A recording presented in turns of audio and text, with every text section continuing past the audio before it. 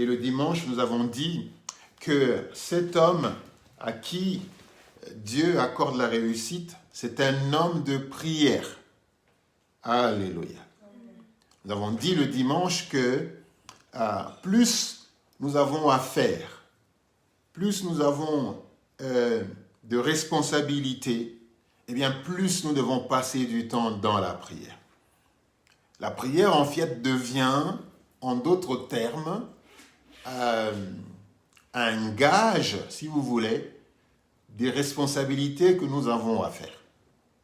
Alléluia. Si la mission à laquelle Dieu m'appelle est grande, si le projet sur lequel je suis en train de travailler est grand, de plus en plus, je dois passer du temps dans la prière. Gloire au Seigneur. Au nom de Jésus-Christ. Donc la prière n'est pas seulement une activité que l'on fait lorsque on se réveille le matin, on dit bon, merci Seigneur, et avant de manger, au soir. Non, la prière, frères et sœurs, ça doit être une activité. Ça doit être une activité que nous devons aimer. Alléluia. C'est une activité à laquelle nous devons avoir du plaisir. La prière ne doit pas être comme si on nous forçait. La prière, nous devons avoir du plaisir. La prière doit donner du plaisir. C'est-à-dire que nous devons chercher à être dans la prière. Alléluia. Ça doit être une seconde nature, si vous voulez. Une seconde nature.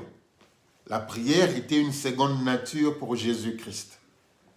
Il y a des choses qu'il a faites, des choses qu'il a faites bien sûr, qui ont beaucoup intéressé les disciples. Disons qu'il n'y a pas quelque chose qu'il a fait qui a beaucoup intéressé les disciples, comme la prière. Les disciples l'ont vu accomplir des miracles, ils l'ont vu prêcher. Mais ce qu'ils ont beaucoup admiré, c'était le temps qu'ils passaient dans la prière. Donc c'est important, frères et sœurs, que nous puissions être des hommes de prière. Alléluia. Si tu as un projet cette année, quel que soit le projet que tu as cette année, alléluia, tu t'es dit, allez, je me décide à faire ceci cette année. Alléluia. Je te recommande de passer encore plus de temps dans la prière par rapport au projet que tu as. Donc, Dieu accorde de la réussite aux gens, aux personnes qui passent du temps dans la prière. Alléluia. Au nom de Jésus-Christ. C'est très, très important. J'ai dit le dimanche que dans la prière, Dieu donne des stratégies. Alléluia. Dans la prière, Dieu, avec les détails, nous montre, frères et sœurs, quelles sont les stratégies de l'ennemi. Néhémie, par exemple, on a cité Néhémie le dimanche dernier, au chapitre 1er, versets 4 à 11, mais quand vous lisez tout le chapitre, vous allez constater que lorsque Néhémie se décide à aller construire la muraille de Jérusalem, tout le monde le prenait pour un fou. Tout le monde se demandait, mais qu'est-ce qu'il vient faire ici? Et la Bible dit, il y en a même des personnes qui étaient contre. Et donc, ils ont commencé à comploter pour venir essayer de troubler le travail que Néhémie était en train de faire. Donc ça veut dire que, alors dans la prière, Dieu a révélé à Néhémie qu'il y avait des personnes, Sambala et tout ce monde-là, qui travaillaient plutôt, eux, pour contrecarrer le plan que Néhémie était en train de poursuivre. Donc, il y a des choses, frères et sœurs, il y a des plans que nous avons, des projets que nous avons, mais dont l'ennemi n'est pas content. L'ennemi ne voudrait pas, par exemple, que l'on prenne cette ville ou cette province, ce département pour Christ. L'ennemi n'est pas toujours content quand les enfants de Dieu se réunissent pour célébrer. Alléluia. Donc, nous devons, frères et sœurs, comprendre que l'ennemi n'est pas de notre côté. Et donc, passer du temps dans la prière nous donne des stratégies. Dieu nous donne des stratégies. Il l'a fait avec tous les grands de la Bible, Daniel et les autres, qui, dans la prière, ont réussi à connaître quelle était la volonté de Dieu, le plan de Dieu, dans la prière. D'autres même, après avoir prié, Dieu est intervenu et il leur a donné des stratégies pour pouvoir aller et combattre. Alléluia. Alors donc, le premier caractère dont nous avons parlé, c'est l'homme doit être un homme de prière. Aujourd'hui, deuxième caractère, nous allons continuer donc à partir de là, c'est cet homme doit être un homme de courage. Alléluia. J'ai dit le dimanche qu'on allait parler de 3 caractères. Donc nous avons parlé de la prière le dimanche, et aujourd'hui, cet homme à qui Dieu donne la réussite, cet homme doit être un homme de courage. Alléluia. Frères et sœurs, il y a une différence entre être un homme de foi et être un homme de courage. Le troisième caractère que nous parlerons, ça sera être un homme de foi. Donc être un homme de courage et être un homme de foi, ce n'est pas pareil. Alléluia. Gloire au Seigneur. Et dans la parole de Dieu, nous allons pouvoir le voir, que Dieu donne, alléluia, Dieu donne de la réussite à un homme de courage. Parce qu'un homme de courage n'abandonne pas, frères et sœurs. Un homme de courage n'abandonne pas, au nom de Jésus-Christ. Alors, c'est quoi ça le courage? Le dictionnaire décrit le courage comme une fermeté dans les épreuves. Alléluia. C'est-à-dire que être courageux, c'est être ferme dans les épreuves. Alléluia. Donc, être ferme dans les épreuves. Parce que Dieu, frères et sœurs, sait très bien que dans la poursuite d'un projet quelconque, que ce soit un projet spirituel, comme par exemple bâtir une église, comme bâtir un ministère, que ce soit un projet, c'est pas moi, de bâtir un orphelinat, il y en a d'autres qui veulent faire de l'humanitaire, c'est un projet au nom de Jésus-Christ. Alors, tout projet, frères et sœurs, ne va pas toujours, tout projet n'évolue pas toujours dans le sens que nous voulons. Et donc, un homme de courage est un homme qui sera ferme dans les épreuves. Alléluia. Parce que il y aura toujours les épreuves. Quel que soit le temps que tu passeras en prière, quelle que soit la foi que tu auras, ou la grandeur de la foi que tu auras, il y aura toujours des épreuves. Et Dieu veut que nous puissions avoir du courage. Alléluia. Gloire au Seigneur. Alors, on va ouvrir nos Bibles dans le livre de Josué au chapitre 1er. Nous allons voir quelques personnes dans la Bible qui ont été confrontées au nom de Jésus-Christ à ce dont je suis en train de parler. Donc, Josué au chapitre 1er, nous allons lire Josué au chapitre 1er, nous allons lire le verset 6 au verset 9.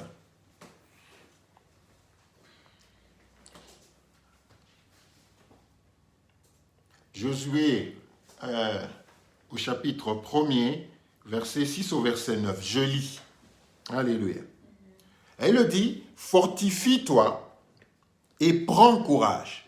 Alors, frères et sœurs, Josué est l'un de 2 espions qui étaient envoyés par Moïse pour aller explorer la terre promise, pour aller explorer Canaan. Et donc, Josué et Caleb sont revenus vers Moïse. Ils ont donné un rapport positif qui était différent du rapport que les autres 10 espions avaient amené. Donc, on aurait dû croire et comprendre que après être allé explorer la terre promise, eh bien, Josué, après tout cela, on aurait compris qu'on ne puisse pas lui dire, eh bien, prends courage. Parce qu'il l'avait déjà démontré, le courage. Mais là, c'est le Seigneur qui lui parle. Il dit, fortifie-toi et prends courage, car c'est toi qui mettras ce peuple en possession du pays que j'ai juré à leur père de leur donner. Donc, à chaque niveau de la mission, à chaque niveau du projet, nous avons besoin de courage. Alléluia.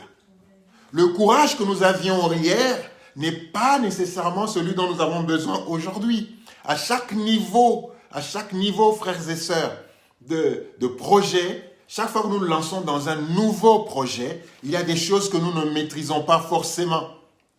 Il y a des choses que nous n'allons pas maîtriser forcément. Et donc, nous aurons besoin du courage. Alléluia. Gloire au Seigneur.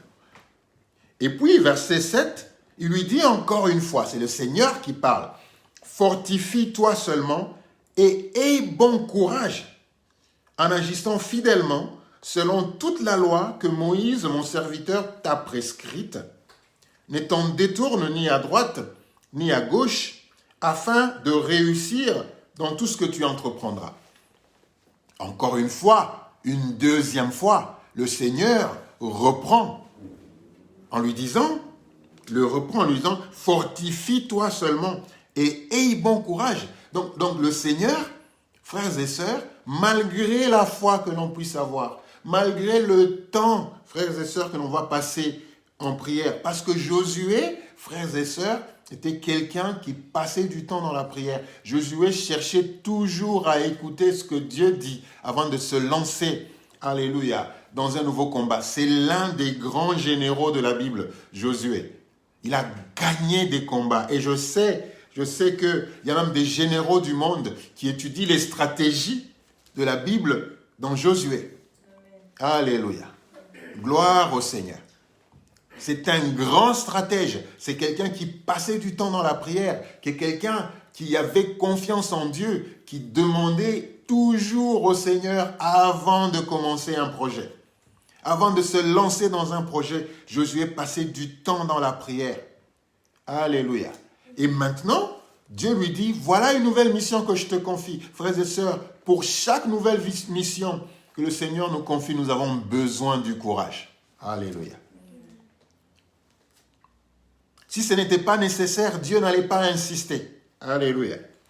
Verset 8, il dit que ce livre de la loi ne s'éloigne point de ta bouche, médite-le jour et nuit pour agir fidèlement selon tout ce qui est écrit, car c'est alors que tu auras du succès dans tes entreprises. Verset 9, la Bible dit, encore une fois le Seigneur nous dit, ne t'ai-je pas donné cet ordre?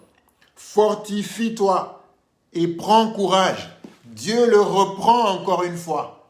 Ne crains pas, fortifie-toi et prends courage. Alléluia. Qu'est-ce que ça veut dire fortifie-toi?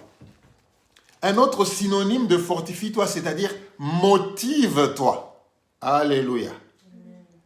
Et de la motivation. Motive-toi. Frères et sœurs, fortifie-toi. Ça veut dire que ce n'est pas une tierce personne qui viendra me demander, qui viendra me fortifier. Souvent, nous attendons que les gens viennent nous fortifier, nous encourager. Mais là, le Seigneur dit, fortifie-toi, toi-même, fortifie-toi, motive-toi. Cherche des moments où tu peux te motiver. Dans le projet dans lequel tu es engagé, regarde s'il y a des points, alléluia, ou des situations sur lesquelles tu peux te baser pour te motiver. Tu as besoin de te motiver. Alléluia. Gloire au Seigneur. Gloire au Seigneur. Trouve des moyens, trouve des astuces, trouve des situations dans lesquelles tu te motives. Alléluia. Toi-même, fortifie-toi. Fortifie-toi et prends courage. Ne t'effraie point et ne t'épouvante point. car le Seigneur, ton Dieu, est avec toi dans tout ce que tu entreprendras. Souvent, nous pensons que nous sommes seuls. Si nous avons présenté un projet auprès de notre Seigneur, si nous marchons et travaillons dans la volonté de notre Dieu, frères et sœurs, nous sommes confiants que Dieu est avec nous. Et puisqu'il est avec nous, nous savons, frères et sœurs, que nous allons y arriver. Au nom de Jésus-Christ. Alléluia. Gloire au Seigneur. Donc, Dieu a fortifié Josué. Au nom de Jésus-Christ. Dieu a fortifié Daniel. Dieu a fortifié Paul. Dieu a fortifié Gédéon. Tout général de l'Éternel a été fortifié à un moment. Dieu lui a demandé de prendre courage. Allons dans le livre de Daniel au chapitre 10. Nous allons voir quelque chose dans le livre 10. Il n'y a aucun homme de Dieu dans la Bible qui n'ait été encouragé par le Seigneur. Alléluia. Parce qu'à un moment, il nous arrive d'être découragés. À un moment, on regarde à la mission, on se dit non. On commence peut-être à avoir peur, on commence à être découragé. C'est arrivé à tout le monde d'être découragé. Ça m'arrive aussi deux fois. Mais je me fortifie et je m'encourage. Plusieurs fois, j'ai eu des raisons pour me décourager. Plusieurs fois, j'ai eu des raisons pour dire, est-ce que ça vaut la peine? Alléluia. Mais Dieu est tellement bon qu'il nous encourage toujours au nom de Jésus-Christ. Donc Daniel au chapitre 10, verset 19. Daniel 10, verset 19. Nous allons lire quelque chose. Daniel 10 au verset 19.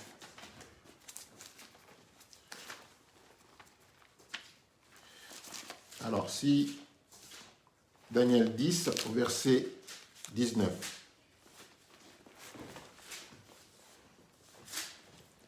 Daniel était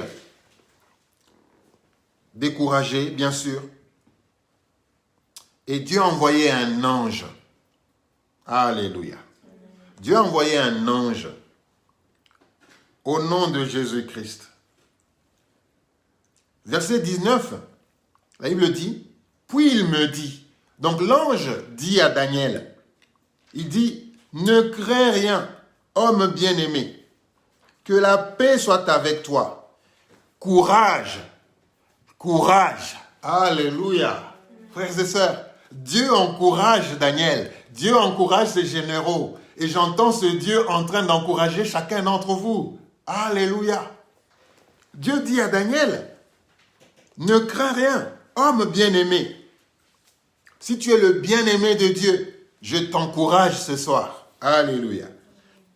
Puis il me dit, ne crains rien, homme bien-aimé, que la paix soit avec toi. Courage, courage. Et comme il me parlait, je repris des forces. Et je dis que mon Seigneur parle, car tu m'as fortifié. Alléluia. Frères et sœurs, même les plus puissants d'entre nous, à un moment, alléluia, ils perdent courage. Alléluia. Même les plus spirituels d'entre nous, à un moment, ils perdent courage. Au nom de Jésus-Christ. Même ceux qui se disent être forts et puissants, à un moment, lorsqu'ils sont seuls, dans leur solitude, lorsqu'ils pensent à la mission qui les attend, alléluia, gloire au Seigneur, ils perdent courage. Les généraux de notre Dieu ont perdu courage à un moment. Donc quand tu perds courage, je te comprends. Alléluia. Mais ne reste pas là. La Bible dit, ne crains rien. Courage, courage, homme bien-aimé, femme bien-aimée, courage, courage. Oui, je sais que tu ressens de la difficulté, tu ressens de la douleur, tu ressens le désespoir. Alléluia. Mais ce soir, courage, courage, au nom de Jésus-Christ. Gloire au Seigneur. Donc, l'homme à qui Dieu donne la réussite doit être un homme de courage, doit être un homme qui doit être ferme dans les épreuves. Alléluia. Gloire au Seigneur. Donc, courage, Courage, courage. Dieu est en train de reprendre ses généraux ce soir. Il est en train d'encourager ses généraux, ses disciples que nous sommes. Que la mission est grande, c'est vrai, mais prends courage. Quel que soit ce que tu veux accomplir une grande mission, tu veux créer une entreprise, tu veux te lancer dans une affaire quelconque, tu veux te lancer dans un projet quelconque, tu veux te lancer dans un projet qui te tient à cœur, ça fait déjà beaucoup d'années. Au nom de Jésus-Christ, alléluia. Prends courage, courage. Un homme de courage va sûrement y arriver au nom de Jésus-Christ. Nous allons parler donc de Daniel. Nous allons parler de Paul. Alléluia. Je vais te donner les exemples des gens que nous admirons, des gens qui ont travaillé avec le Seigneur, qui, malgré les difficultés, sont restés debout au nom de Jésus-Christ. Donc, Actes des Apôtres au chapitre 23. Actes des Apôtres au chapitre 23.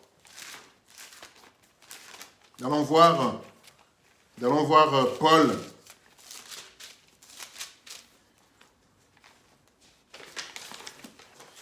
Chapitre 23, donc nous allons lire le verset 11.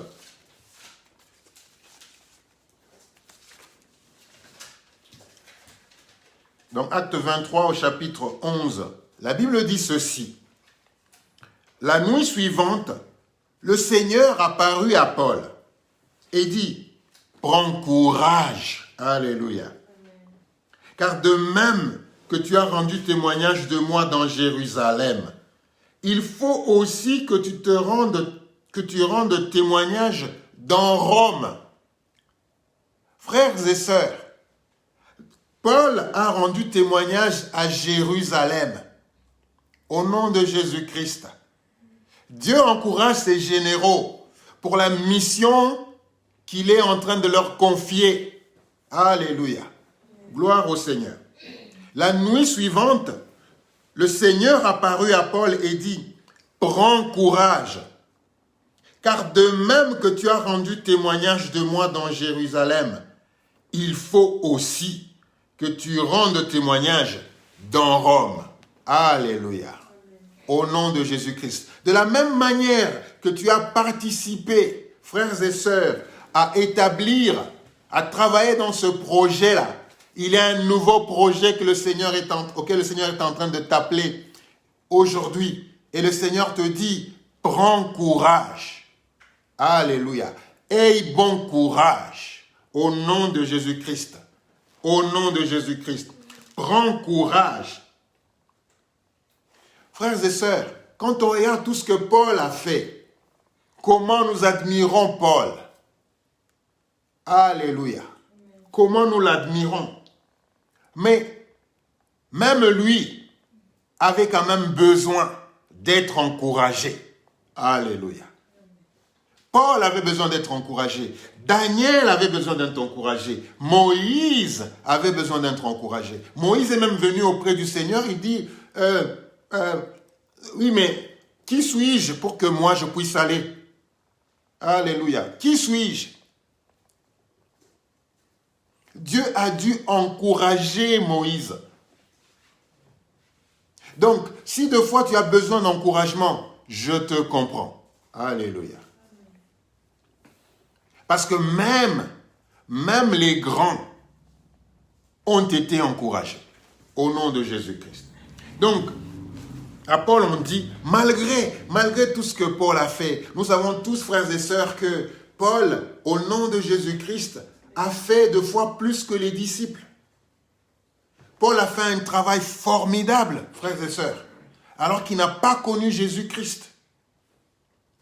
Malgré tout le palmarès, malgré tout ce qu'il a fait, mais il avait quand même besoin de courage pour aller rendre le même témoignage qu'il a rendu à Rome, plutôt à Jérusalem, pour aller le rendre à Rome, au nom de Jésus-Christ.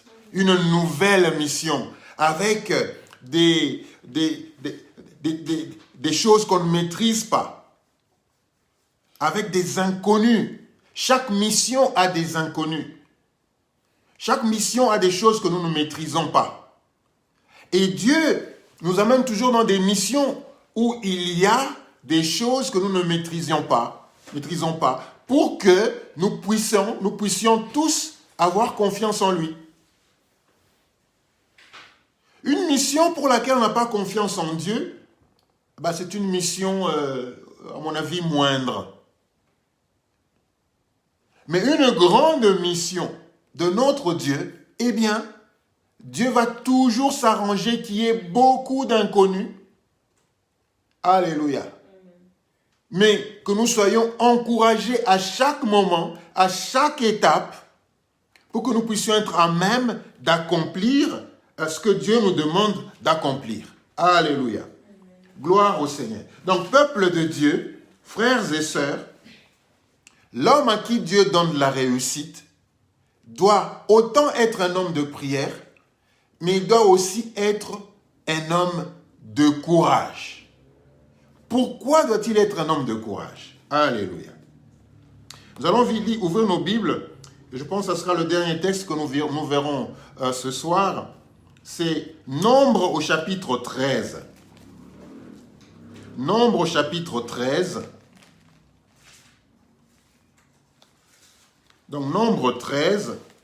Et nous allons lire verset 30 à verset 32. Nombre au chapitre 13. Oui, Nombre au chapitre 13, verset 30 à verset 32.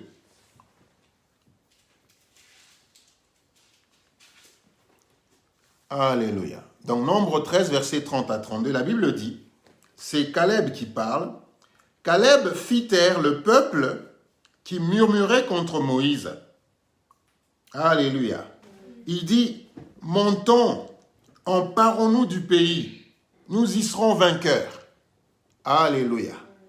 Chaque général a besoin des soldats au nom de Jésus-Christ. Chaque général a besoin des soldats qui l'encouragent, qui parlent pour lui au nom de Jésus-Christ. Dieu a besoin, frères et sœurs, Dieu a besoin des gens comme Caleb, des gens comme vous et moi, qui parlent pour lui, qui parlent pour son royaume, qui encouragent les gens, qui leur disent « Venez à Christ ». Alléluia. Venez à Christ. Gloire au Seigneur. Venez à Christ. Au nom de Jésus-Christ. Vous tous qui êtes chargés, venez à Christ. Chaque royaume, chaque général a besoin des soldats. Alléluia. Gloire au Seigneur. Donc Caleb, en tant que soldat de Moïse, fit taire le peuple, parce que le peuple murmurait, parce que les gens murmurent toujours. Et donc Caleb, en tant que soldat de Moïse, fit taire le peuple qui murmurait contre Moïse. Il dit, montons, emparons-nous du pays, nous y serons vainqueurs. Alléluia. Frères et sœurs, il y a tellement beaucoup de négativité autour de nous. Il y a tellement beaucoup de personnes qui vivent dans la négativité, qui ne croient plus, qui ont perdu espérance. Ils ont besoin des soldats du royaume qui disent « Vas-y, réveille-toi, lève-toi, t'inquiète pas, ça va aller, ça va marcher. Dieu est vivant, ça va aller, lève-toi au nom de Jésus-Christ. » Alléluia. Dieu a besoin des porte-paroles. Caleb est un porte-parole de Moïse. Quand Moïse n'était pas là, lorsque les gens murmuraient, eh bien Caleb était là. Il disait, ne faites pas ça, allons-y, encourageons-nous, nous allons prendre ce pays, nous y serons vainqueurs sûrement. Alléluia. Dieu a besoin des porte-paroles. Alléluia. Gloire au Seigneur. Et donc verset 31, mais les hommes n'y étaient allés avec... Mais les hommes qui y étaient allés avec lui dirent, nous ne pouvons pas monter contre ce peuple, car il est plus fort que nous. Alléluia. Car il est plus fort que nous. Donc, le peuple s'est regardé, et puis il a regardé à l'adversaire, il a eu peur, et il s'est découragé. Alléluia. Souvent, c'est ça. Nous regardons à la grandeur de la mission. Et puis nous regardons aux moyens que nous avons. nous nous disons, non, on ne va pas y arriver. Alléluia. Nous regardons à la grandeur de la tâche, nous regardons à la condition de notre vie, nous regardons à nous-mêmes, nous regardons à ce que nous sommes, à notre position, nous nous disons, non, nous n'allons pas y arriver. Alléluia. Au nom de Jésus-Christ. Donc le peuple de Dieu s'est dévalorisé. Il a regardé à l'adversaire, il se regardait, il a dit, non, nous n'allons pas y arriver. Nous n'allons pas y arriver. Et qu'est-ce que le peuple a fait? Le peuple s'est dévalorisé. Mais vous savez quoi? Lorsque le peuple de Dieu se dévalorise, vous savez ce qu'il fait? Eh bien, il dévalorise Dieu aussi. Alléluia. Il dévalorise Dieu aussi. Est-ce que vous connaissez la valeur du peuple de Dieu? Eh bien, cette valeur est tirée du fait que Dieu est avec ce peuple-là. Alléluia. Donc, ma valeur à moi, ta valeur à toi, alléluia, c'est que tu es le peuple de Dieu. Au nom de Jésus-Christ. Tu es le peuple de Dieu. Alléluia. Quand nous nous dévalorisons Dieu. Alléluia. Quand tu te dévalorises, toi, enfant de Dieu, tu dévalorises Dieu. Et quand tu dévalorises Dieu, tu as perdu tout courage. Or, Dieu, alléluia, pour accomplir la mission, a dû encourager ses généraux. À Gédéon, il a appelé vaillant héros, alors que lui s'est déconsidéré. Lui se considérait comme étant le plus petit de sa famille. Et sa famille était la plus petite de la famille d'Israël. Donc il s'est découragé. Mais quand l'ange est venu, l'ange a dit, vaillant héros. Alléluia. Pour dire, lève-toi, c'est toi, au nom de Jésus-Christ, c'est toi qui vas libérer ce peuple. Mais Seigneur, comment je le ferai? Mais je serai avec toi. Alléluia. Notre courage, nous tirons notre courage du fait que le Seigneur est avec nous. Alléluia. Gloire au Seigneur. Au nom de Jésus-Christ. Donc, ne regardons pas à nous. Ayons confiance en nous. Alléluia. Et mieux, ayons confiance au Dieu qui est en nous. Alléluia. Ayons confiance au Dieu qui est en nous. Ayons confiance au Dieu en qui nous avons cru. Alléluia. L'homme à qui Dieu donne la réussite dans sa mission, que Dieu lui-même lui confie, eh bien, ça doit être un homme de courage. Après avoir passé du temps dans la prière, tu dois être un homme de courage. Alléluia. Tu dois avoir de la fermeté dans les épreuves. Alléluia. Gloire au Seigneur. Tu dois avoir de la fermeté, frères et sœurs, dans les épreuves. Tu dois te motiver constamment. Constamment, tu dois te motiver. Alléluia. Constamment, tu dois te motiver. Tu dois te motiver. Constamment, tu dois te motiver. Au nom de Jésus-Christ. Parce que quand là-bas, ça commence, eh bien, tu commences à perdre espoir. Tu commences à perdre courage. Mais constamment, la Bible dit, fortifie-toi et prends courage. Courage, courage, fortifie-toi et prends courage. Même quand il faut se réveiller la nuit pour prier, il faut du courage. Alléluia. Parce que le sommeil, des fois, il est très bon. Quand tu es dans ton lit, tu ne veux pas le quitter. Mais même pour se réveiller, pour prier, frères et sœurs, il faut du courage. Alléluia. Il faut du courage. Il faut commencer. Et il faut du courage. Au nom de Jésus-Christ. Gloire au Seigneur. Donc, frères et sœurs, nous acheminons vers la fin de notre culte et notre partage. Donc, je voudrais vous encourager, frères et sœurs, vous qui êtes soldats de l'Éternel, vous qui êtes en mission, vous qui êtes en train de vous lancer dans un nouveau projet. Alléluia. Au nom de Jésus-Christ. Vous qui avez des décisions à prendre.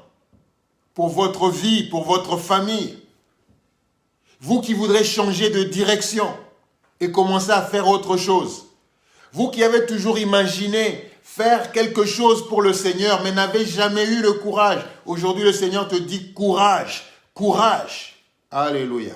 Vas-y, courage général, courage au nom de Jésus-Christ.